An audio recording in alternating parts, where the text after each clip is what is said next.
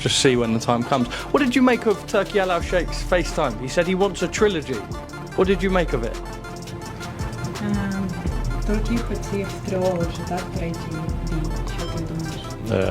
It's wanna look. Pardon? Okay. Oleksandr Usyk has finally revealed why he dismissed Tyson Fury's desperate request for a trilogy fight. According to Usyk, it now seems like a waste of time and resources. He believes that if you lose once, it might just be a bad day. However, losing twice, months apart, is no longer about luck or errors. It's simply the cold, hard reality. And that was it. Can you come back from this, Tyson? I don't know. Listen, it's up to the man and whatever he wants to do. If he's got a... So Usyk proved he has what it takes, while Fury remains stuck in denial, choking on his pride after hyping himself up only to be knocked down twice. But people in the UK, what doubted my son? I said, every TV company is want sacking off. Sack him off Monday morning, so they don't know. Now, Fury and his father are out here spinning conspiracy theories because accepting Usyk's dominance is apparently too much for his ego to handle. Usyk, I want my revenge, Usyk. Well done on tonight. This happened because after years of dominating the heavyweight division, Tyson Fury felt untouchable. He had an unbeaten streak, a larger-than-life persona, and a level of confidence that could probably light up the Vegas Strip. But here's the kicker. Confidence doesn't win fights, especially when you walk into the ring thinking your reputation will do the punching for you. Meanwhile, Oleksandr Usyk showed up ready for war, not just with his fists, but with a precise game plan. Oleksandr Usyk, oh, that's a nice one. Oleksandr Usyk, who was that? Fury, on the other hand, gambled on his size and the notion that bigger always wins. Rounds up. A lot of people had me at least two. I just don't know. Listen, it is what it is. I'm not going to cry over spilled milk. It's happened now. I know boxing, been in it all my life. You can't change no decisions. But I just always feel a little bit hard done by. Not a little bit, actually a lot. But I think when you don't get the knockout, this is what happens. One of Fury's most questionable decisions was bulking up for the fight. He came in heavier, banking on the idea that he could crush Usyk with pure mass. However, physics had other plans. All that extra weight made him as mobile as a parked car, and against Usyk, who moves like a boxing ballerina, it was a disaster waiting to happen. Ugh. Happy Tuesday. Go see everyone. No. What do you want to tell Usyk right now? Run, rabbit, run. Run!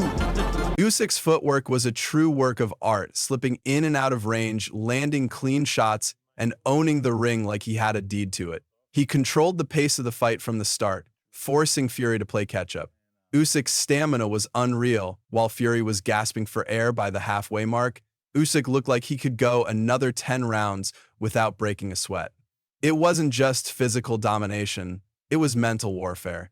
And the Mighty Eagle was opposing Fury not in physical warfare. Usyk was the chess grandmaster, and Fury didn't even know the rules of the game. I thought he was dead tonight. I thought he was going to get it, if I'm honest. I swear to God, I thought I won it by at least 3 rounds. Lost the fight in front for all night. That's why the second loss to Usyk didn't just sting, it completely short-circuited Tyson Fury's ability to process reality. Instead of taking a moment to digest what had happened, Fury stormed out of the ring like a kid who got his candy stolen, mumbling about injustice and rigged judges. According to him, he won the fight by at least 3 rounds. 3 rounds? That's not confidence. That's delusion dressed up as damage control. 12. Well done on tonight. God bless. I want my revenge for the robbery last time. Let's get it. Let's go. Let's go. Fury wasn't just mad at the judges. He aimed his frustration at the entire Saudi boxing system, calling the decision a robbery. But let's be honest, there's no robbing a guy who barely showed up to the fight in the first place. Usyk's crisp punches and flawless footwork left Fury with nowhere to hide, and everyone watching could see it. Except Fury, of course.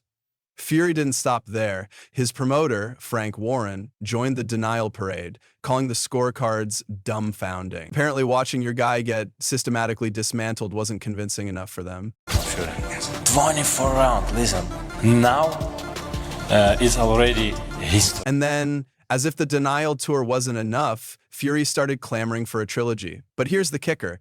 It didn't sound like he wanted another fight because of unfinished business. It felt like he needed redemption, like he was begging for a chance to rewrite the story because he couldn't handle how it ended. Fury's once unshakable confidence seemed shattered, and honestly, it looked more like desperation than determination. Fans and analysts were skeptical, and rightly so. What was the point of a third fight when the first two weren't even close? The manner in which the first two had been matched had broken down the first one, which was related to medication. Where's Frank? Make it happen. Mr. Excellency. Your Excellency. Meanwhile, Oleksandr Usyk wasn't entertaining any of it. When asked about the idea of a trilogy, he shut it down immediately with a simple but powerful statement. I have nothing left to prove. And he's right. He beat Fury twice. And Fall to the winner by unanimous decision. Still undefeated, still reigning. Why risk a perfect record to entertain the ego of a guy he's already outclassed?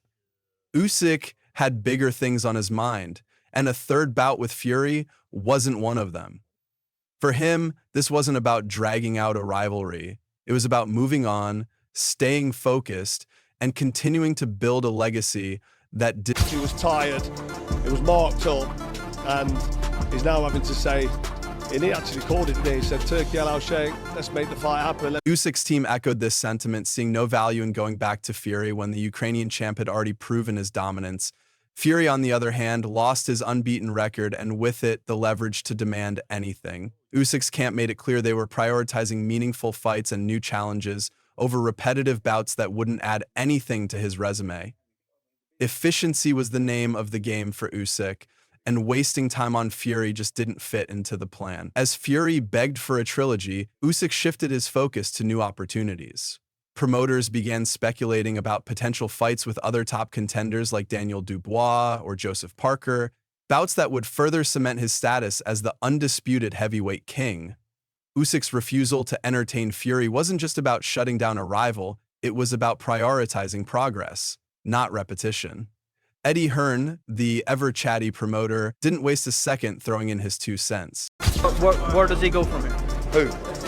Tyson Fury. There's only one fight, but there's no point in me. It's not the time to start calling the fight out. You don't know what Fury's going to do. Maybe he doesn't want to fight again. The one thing I will say is, Fury performed well. You know, it's not like he's a finished fighter, his timing was off, his punch resistance has gone. Dazin Hearn described this loss as a pivotal moment in Fury's career. In his promoter's words, things are looking grim, mate. However, Hearn wasn't merely rubbing salt in the wound. He was already hyping up a potential Fury versus Anthony Joshua clash, because of course he was. According to Hearn, Fury didn't completely bomb in the rematch, but he wasn't himself either. His timing was off, and his punch resistance seemed diminished, which is a polite way of saying Fury was bested by a better fighter once again. Hearn suggested that Fury might need to rethink his approach if he wants to stay competitive. However, let's be real. Hearn's main priority was setting the stage for his next big payday. Well, Daniel Dubois jumped in the ring and said, let's get this fight on. I think he was told by Bricktop to do that. Jump in there, make a bit of noise. So Daniel Dubois got in there. He literally said it without more context, but once Fury had some success, he didn't believe in it enough to back it up, Froch said, which is pretty much boxing speak for he froze. Froch also pointed out that Fury seemed to be waiting for a miracle punch that never came, as if Usyk was just going to stand there and let it happen. Froch even went so far as to hint that retirement might be on the table for Fury. He's wealthy, he's accomplished, but once that fire's gone, it's hard to keep going, Froch remarked. Translation: if you're just here for a paycheck, maybe it's time to call it a day. Closer, the scorecards, but the right man won. I think Tyson Fury was constantly able to react instead of be the one that's activating the shots. And the right man won. Nelson highlighted how Usyk took control from the opening bell, forcing Fury into a reactive stance. Fury was constantly reacting instead of initiating, Nelson said, which is a diplomatic way of pointing out that Fury looked completely out of his depth. He also noted that Fury's hesitation in the ring was glaring, as if he was second-guessing himself at every turn. Whether it was the pressure of the rematch or the lingering sting of the first loss, Fury just couldn't get out of his own way. That contract, just to be clear. Why don't you shut up? But just to be clear, Listen, video boy. But the contract. Just shut up, video boy. And then there was the public reaction, which was, let's just say, less than kind. Social media erupted with hashtags like Usyk masterclass and Usyk Fury exposed.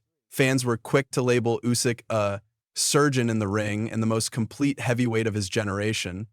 Fury, on the other hand, got roasted for his post-fight antics and his insistence that he actually won the fight. Fury's delusional, one fan tweeted, while another suggested he focus less on excuses and more on adjustments. The consensus was clear: Usyk is levels above Fury right now, and everyone knows it. Except maybe Fury.